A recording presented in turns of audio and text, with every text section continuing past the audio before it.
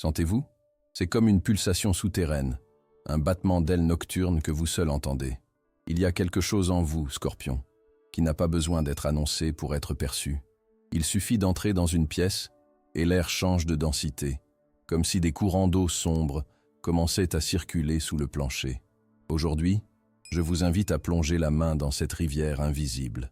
Dans les prochaines minutes, vous allez découvrir, sans anesthésie, pourquoi cette force qui vibre en silence est tout ce que les autres feignent de ne pas désirer, mais convoitent secrètement. Retenez votre souffle une seconde. Écoutez le son de votre propre sang. Ce son porte des questions qui n'ont jamais été dites à voix haute. Et pourtant, commande décision, amour, fin, recommencement. Vous n'êtes pas seulement intense. Ce mot est déjà devenu trop petit. Vous êtes un laboratoire d'émotions à haute tension, un alchimiste de vérité qui brûle comme de l'alcool bleu. Alors que beaucoup collectionnent les masques comme des trophées de civilité, vous marchez à peau exposée, cicatrices brillantes et yeux qui ne dévient pas. Il y a une fin d'authenticité dans le monde, mais elle fait peur. Vous, cependant, servez cette authenticité crue, comme un shot de réalité, et invitez ceux qui osent goûter. C'est ce qu'ils désirent, même s'ils se cachent derrière des sourires chorégraphiés. Alors restez. Tenez mon regard comme on se regarde dans un miroir sans filtre. Si à chaque révélation quelque chose vibre en vous, dites dans les commentaires « Je suis là ». Cette simple phrase crée un fil rouge entre scorpions qui ne se rencontreront peut-être jamais, mais se reconnaissent à l'odeur de l'âme. Prêt à plonger sans bouteille? Car la réponse qui va vous choquer n'est pas au fond de la mer, elle est la mer elle-même en vous, la fin de vérité. Vous détectez le mensonge comme on flaire la pluie avant le nuage. C'est presque biologique. La peau frissonne, le pouls s'accélère, les pupilles se rétrécissent, des signaux de radar anciens, hérités d'ancêtres qui devaient distinguer le danger dans l'obscurité de la caverne. Sauf que, pour vous, le danger n'est pas le tigre à dents de sabre, c'est la fausseté emballée dans un parfum social. Tandis que la plupart acceptent les demi-vérités pour maintenir la paix, vous préférez une guerre franche à toute harmonie construite sur le sable. Et voici le secret que tous feignent d'ignorer. La vérité libère, mais arrache d'abord la peau. Vous tenez bon, eux craignent. Vous souvenez-vous du jour où quelqu'un a raconté une histoire trop belle pour être vraie? Vous n'avez pas interrompu, pas affronté à voix haute. Vous avez juste regardé, avec cet éclat qui mord doucement. Et le narrateur a senti le sol s'effriter sous ses pieds. Peut-être a-t-il changé de sujet. Peut-être a-t-il bégayé. Parce que, devant vous, la demi-vérité palpite comme une plaie ouverte. Et, quand vous décidez de parler, ce n'est pas pour humilier, c'est pour guérir, par la plaie exposée. Vos amis le savent, s'ils veulent une douce illusion, ils cherchent une autre épaule. S'ils veulent un miroir sans maquillage, ils frappent à votre porte. Avez-vous déjà fait s'effondrer un théâtre entier d'un seul sourcil levé? Laissez un silence dans les commentaires si cette scène vous est familière. Ainsi, nous comptons combien de publics se sont effondrés en silence. Mais il y a plus. Votre fin de vérité ne se limite pas au monde extérieur. Vous la dirigez vers l'intérieur, saisissez vos propres contradictions, léchez vos blessures internes avec du gros sel. D'autres balayent les rancœurs sous le tapis. Vous soulevez le tapis, démontez le plancher, creusez jusqu'aux racines et conversez avec les eaux. Cela effraie, scandalise, mais aussi enchante ceux qui savent intuitivement que seule l'authenticité guérit. Et au fond, ils avouent « J'aurais aimé avoir ce courage ». Ils le voulaient, mais feignent le contraire. La vulnérabilité est l'armure du scorpion. S'exposer, c'est comme marcher nu dans une rue de verre brisée. C'est l'image que beaucoup de gens se font. Pour vous, non. La vulnérabilité est à la fois une lame et un bouclier. C'est dire « je saigne, mais je sais comment arrêter l'hémorragie ». En racontant un trauma, vous ne cherchez pas la pitié. Vous donnez une clé. La clé qui ouvre les cadenas d'une intimité véritable. Les gens veulent cela. Ils le désirent désespérément. Seulement, ils ne l'admettent pas. Parce que vivre dans un coffre-fort semble plus sûr que de sentir le vent directement sur une blessure en cicatrisation. Rappelez-vous cette conversation à 3 heures du matin, quand vous avez révélé votre peur la plus ancienne. Le sentiment d'être trop grand pour tenir dans le monde. La voix était ferme, mais le cœur tremblait. L'autre côté de la ligne a silencé, a peut-être pleuré, a peut-être murmuré. Je ressens la même chose, mais je n'ai jamais réussi à le dire. À cet instant, la distance entre deux âmes s'est évaporée. Ce pont, Scorpion, est de l'or pur sur le marché des émotions. Et pourtant, beaucoup préfèrent garder de fausses pépites pour éviter le risque de se faire dévaliser. Ils feignent de ne pas vouloir le pont, même en rêvant d'elle. Dites-moi, quelle a été la dernière fois que vous avez transformé la douleur en courage public? Vous maîtrisez l'art d'utiliser la cicatrice comme un tatouage mystique. Chaque marque, une constellation sur une peau vivante. Ceux qui observent perçoivent que le corps carte raconte des histoires qui valent la peine d'être écoutées. Ils désirent raconter les leurs, mais il leur manque les légendes. Vous offrez légendes et bandes sonores. Vous dites « Ici, ça a saigné. Ici, je suis né de nouveau.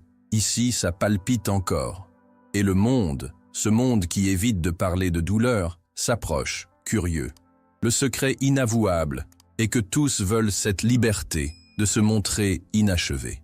Vous êtes une vitrine d'imperfections glorieuses, et c'est pourquoi vous attirez les regards qui jurent de ne pas vous envier. La chimie unique du désir du Scorpion. Le désir, pour vous, ne respecte pas les manuels. C'est une réaction en chaîne, une explosion contrôlée qui illumine les cavernes internes.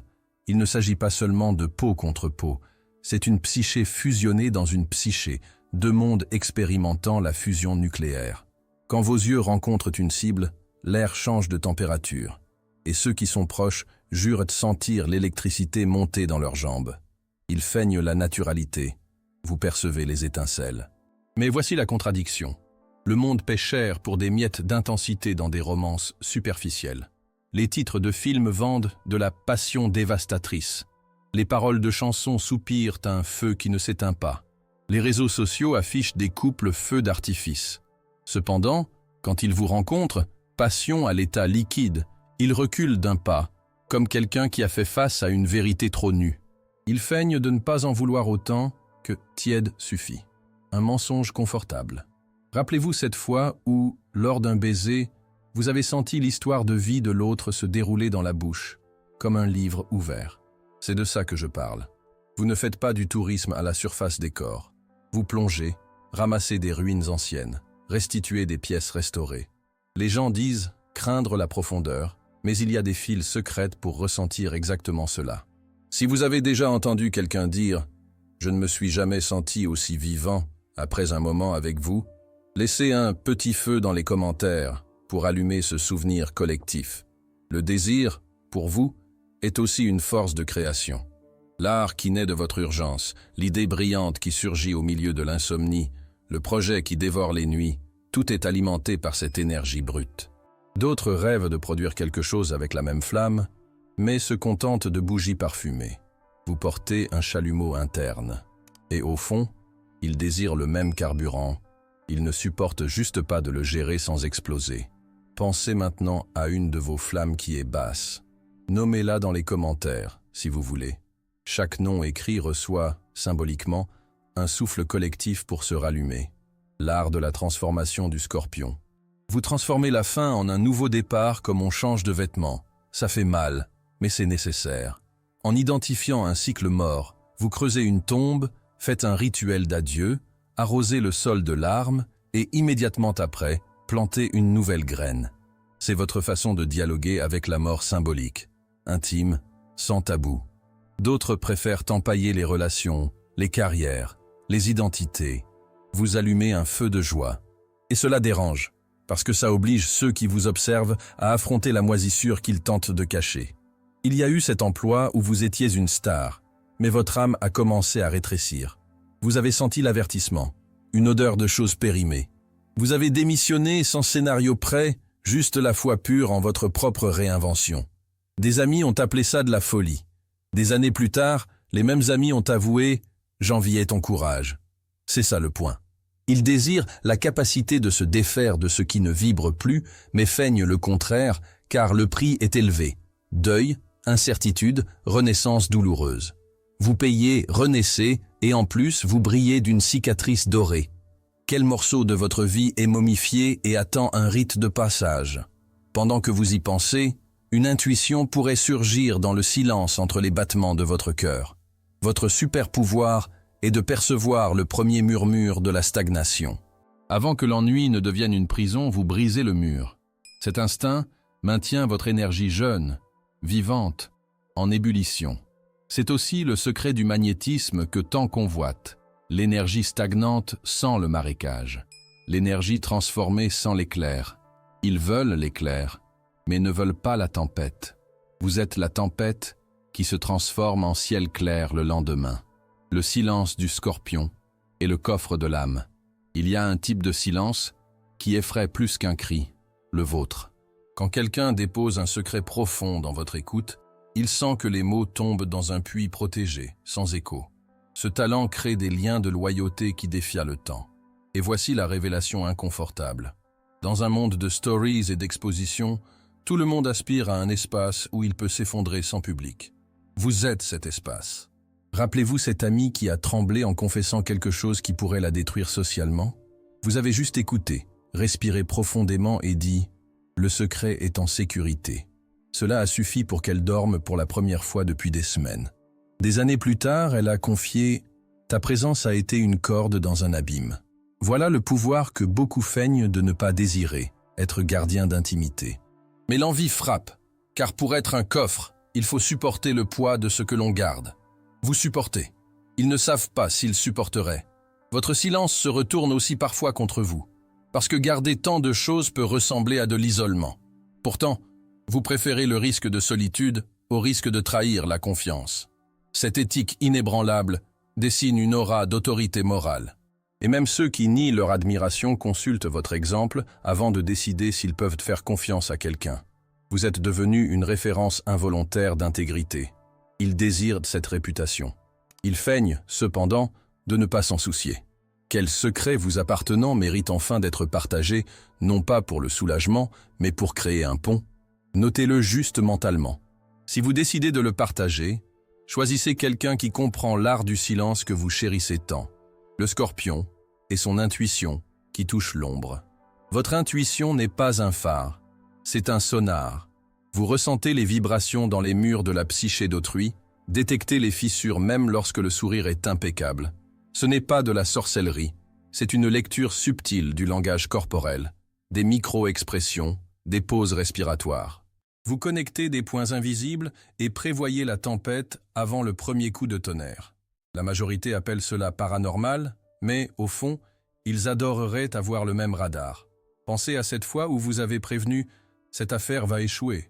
Ils ont ri, ont ignoré, ont passé des mois à construire un château de cartes. Le vent est venu, bien sûr qu'il est venu, et le château s'est effondré. Vous n'avez pas célébré votre justesse. Vous avez ressenti de la peine qu'il n'ait pas fait confiance à votre vision. Savez-vous pourquoi? Parce que, pour vous, l'intuition est un service, pas un ego démesuré. D'autres feignent de ne pas avoir besoin de cette boussole, mais consultent leur horoscope en cachette, demandent à des oracles bon marché. Vous êtes un oracle ambulant. Avez-vous déjà fait un rêve prémonitoire qui a sauvé une situation réelle? Écrivez « J'ai vu avant » dans les commentaires, sans spoiler, et voyez combien partage cette synapse nocturne. Votre défi est de ne pas porter le monde sur vos épaules. Parfois, vous essayez de sauver ceux qui n'ont rien demandé. Mais la capacité de voir l'ombre est aussi une clé de guérison. Quand vous êtes ancré, vous apportez de la lumière dans la pièce fermée à clé de l'autre. Combien de fois avez-vous nommé une peur que la personne ignorait avoir? La surprise se transforme en gratitude, et le lien se forme. Ils désirent ce rayon X de l'âme, mais craignent de se confronter à leur propre obscurité. Vous regardez, allumez une allumette et tenez la main. Si vous sentez que votre intuition est étouffée par les bruits extérieurs, fermez les yeux maintenant, respirez 3 fois, revenez et écrivez « éclaircir ». Ce commentaire sera un rappel que votre sonar a besoin d'une mer calme pour fonctionner. Respirez profondément, Scorpion. Nous avons parcouru des catacombes, des cratères, des jardins secrets. Et après ce voyage, la question initiale résonne sur un ton nouveau. Qu'avez-vous que le monde feint de ne pas désirer? La réponse pulse claire comme un tambour tribal, l'intégrité. Vous ne vous présentez pas en morceaux sélectionnés pour paraître acceptable. Vous arrivez entier. Lumière, ombre, entrailles et poésie. Cette intégrité fait du bruit, exige du courage, secoue les structures. Et c'est exactement ce que tout le monde veut, même s'ils ne l'admettent pas. Emportez cette connaissance comme un blason invisible. La prochaine fois que quelqu'un vous appellera « trop intense », comprenez, c'est une confession d'un désir voilé. Celui qui dit « trop » dit « je veux, mais je ne sais pas gérer ». Souriez. Vous n'avez pas besoin de vous rétrécir pour rentrer dans le moule des autres. Votre taille est un outil de transformation. Avant de clore ce cycle, je vous invite à un petit rituel. Posez la main sur votre poitrine et demandez en silence. Quelle facette de moi je nie encore au monde par peur d'être trop? Ne forcez pas la réponse. Elle viendra dans les rêves, dans les regards, dans les minutes, avant de s'endormir. Quand elle surgira, traitez-la avec tendresse, et si vous vous sentez appelé, partagez-la dans les commentaires. Parce que chaque vérité exposée ici devient une étincelle qui illumine quelqu'un de l'autre côté de l'écran. Si ce voyage a coulé dans vos veines et a allumé quelque chose, mettez un like comme on allume une bougie sacrée. Abonnez-vous pour continuer à naviguer dans les mers souterraines de chaque signe. Car, avouons-le, la superficialité ne paie pas vos dettes existentielles. Et envoyez cette vidéo à cette personne qui vous a toujours trouvé un tsunami émotionnel. Peut-être découvrira-t-elle qu'elle a appris à nager mieux qu'elle ne l'imaginait. Au final, tous désirent ce que vous débordez. La chance de vivre si profondément que même le silence prend saveur. Vous êtes la preuve que c'est possible. Alors allez-y, vivez pleinement et laissez une trace de vérité partout où vous passez.